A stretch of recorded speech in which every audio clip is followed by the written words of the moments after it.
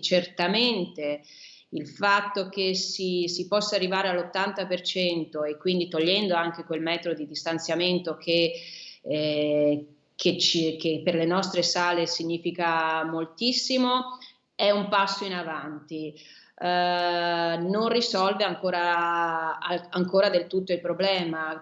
Al Teatro Stabile del Veneto, 4 strutture, 2.265 posti di capienza massima e 600 lavoratori, si guarda la decisione del CTS come un primo passo avanti, ma certo non sufficiente a garantire la sopravvivenza del sistema, che così può reggere al massimo sino a fine anno. Ci aspettiamo che da inizio 2022 diventi il 100%, perché se dovessimo andare avanti anche nel 2022 con una limitazione dell'80%, beh, credo che inizieremo veramente ad avere problemi. Non è soltanto andare in recita, significa che se non ritorniamo ad avere le stesse entrate prima del pre-Covid, non riusciamo più a fare il nostro mestiere, che è la produzione di spettacoli.